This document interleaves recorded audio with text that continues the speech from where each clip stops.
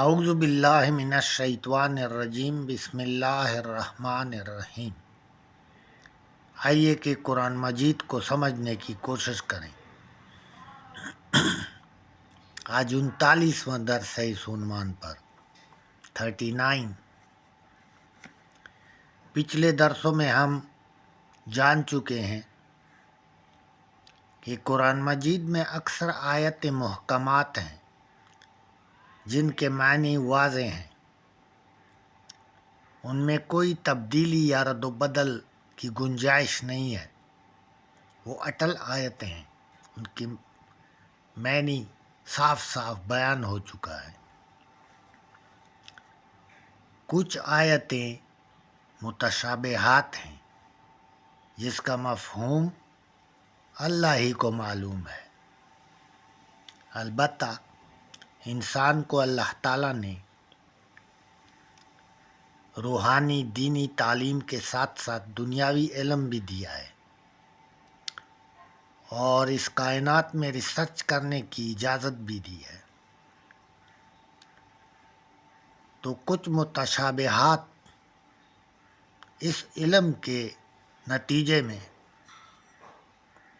محکمات بن جاتی ہیں، اور یہ اللہ تعالیٰ ہی کی مرضی سے ہوتا ہے، جس سے انسان کا ایمان تازہ ہوتا ہے۔ اسی طرح کچھ آیتیں ایسی ہیں جن کو اللہ تعالیٰ نے منسوخ کر کے اس کی جگہ اس سے بہتر آیتیں نازل فرمائی ہیں۔ مثال کے طور پر پہلے وصیت ہر انسان، مرنے والے انسان پر لازم تھا کہ وہ وصیت کرے گا اپنے ورثاء کے لیے، لیکن جب سورہ نساء میں وراثت کا قانون آیا تو یہ وصیت کی یہ آیت منسوخ ہو گئی۔ اسی طرح شروع میں اگر کوئی شخص روزے رکھ سکتا تھا اور رکھنا نہیں چاہتا تھا تو اس کو مسکینوں کو کھانا کھلانے کی اجازت تھی روزے کے بدلے میں، لیکن بعد میں پورے مہینے کے روزے فرض کر دیے گئے اور مریضوں اور مسافروں کے بارے میں بھی قانون واضح طور پر قرآن مجید میں آ گیا۔ تو وہ پچھلی آیت جس میں روزوں کو چھوڑ کر مسکینوں کو کھانا کھلانے کی اجازت تھی وہ منسوخ ہو گئی۔ کچھ آیتیں قرآن مجید میں مشکلات القرآن میں سے ہیں،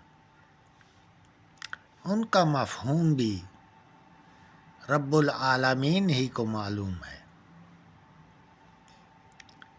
قرآن مجید میں کچھ صورتوں کے شروع میں مقطعات، حروف مقطعات آئے ہوئے ہیں، جیسے سورہ بقرہ کے اور سورہ آل عمران کے شروع میں الف لام میم۔ ان کا مفہوم بھی اللہ ہی کو معلوم ہے۔ بعض احکامات جو قرآن مجید میں نہیں آئے ہیں اور وہ حضور پاک صلی اللہ علیہ وآلہ وسلم کی سنت سے ثابت ہو چکی ہیں، وہ بھی شریعت اور قرآن کا حصہ بن چکی ہیں، جیسے رجم کا حکم۔ جب انسان حج اور عمرہ کرتا ہے، ادا کرتا ہے، تو قرآن مجید میں جو نشانیاں اس نے تحریری طور پر وہ سمجھ چکا ہے، جب وہ وہاں پر جا کر پریکٹیکلی دیکھتا ہے، جہاد کی وہ جگہیں، وہ غزوات کی جگہیں، وہ نشانیاں، خانہ کعبہ، مسجد نبوی، جنت البقیع، یہ سب نشانیاں جب وہ دیکھتا ہے تو اس کا صفا مروہ، تو اس کا ایمان اور بھی تازہ ہو جاتا ہے۔ ویسے تو آئے دن سوتے جاگتے انسان اللہ تعالیٰ کی نشانیاں دیکھتا رہتا ہے، اور اس کو جو عقل اللہ تعالیٰ نے دی ہوئی ہے اس کے مطابق وہ اس پر سوچنے پر مجبور، ماننے پر مجبور ہو جاتا ہے کہ یہ سب کچھ اللہ ہی کر سکتا ہے، اس لیے کہ ایسا کوئی مخلوق نہیں ہے جو یہ دعویٰ کر سکے کہ اس کائنات کو چلانے میں اس کا بھی کچھ حصہ ہے۔ یہ سب کچھ کائنات اللہ تعالیٰ ہی چلا رہا ہے۔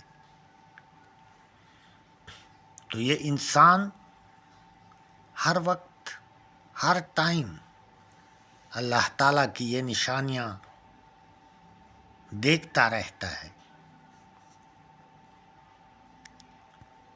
پچھلے درسوں میں ہم نے فرمایا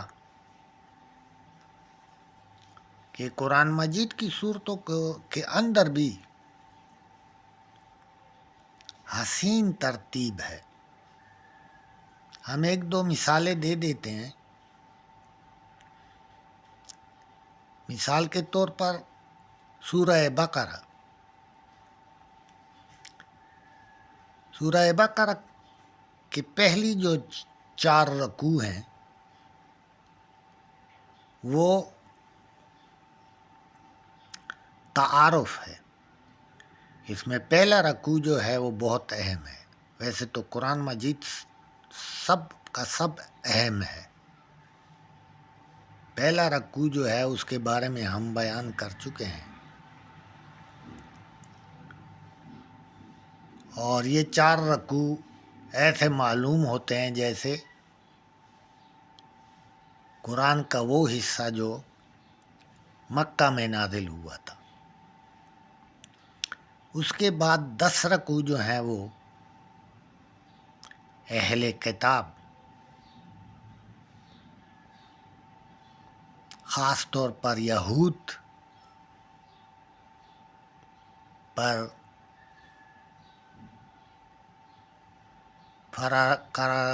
جو ہے نا فرد جرم عائد کیا گیا ہے۔ تم نے لوگوں نے یہ کیا، پھر اللہ تعالیٰ نے تمہیں معاف کیا، تم نے یہ قصور کیا۔ یہ 10 رکوع مسلسل ان کی کوتاہیوں کو بیان کر رہے ہیں، اور یہ ہوئے ٹوٹل 14 رکوع۔ تو 15 سے لے کر 18 رکوع تک یہ 4 رکوع جو ہیں، اس میں پھر ابراہیم علیہ السلام اور خانہ کعبہ کا ذکر آنے کے بعد اہل کتاب پر کو سزا سنا دی گئی ہے، اور ان سے شریعت، رسالت، قبلہ، یہ سب کچھ 2000 سال کے بعد واپس لے لیا گیا ہے۔ اور 18ویں رکوع کے اختتام کے بعد فوراً یا ایھا الذین آمنوا شروع ہو جاتا ہے۔ یہ 22 رکوع، 19 سے لے کر 40 رکوع تک، یہ 22 رکوع اس امت کے بارے میں ہے۔ کہیں کہیں پہ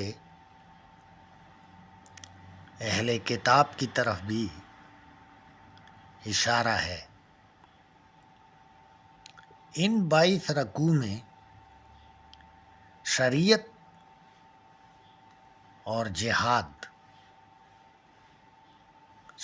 اور جہاد کے متعلق آیتیں ہیں۔ شریعت میں جو ہے نا حقوق اللہ اور حقوق العباد، یعنی جو اللہ تعالیٰ کے حقوق ہیں اور جو لوگوں کے حقوق ہیں، ان کے بارے میں آیتیں ہیں۔ اور جہاد میں جہاد بالنفس اور جہاد بالمال۔ اسی طرح سورہ نساء میں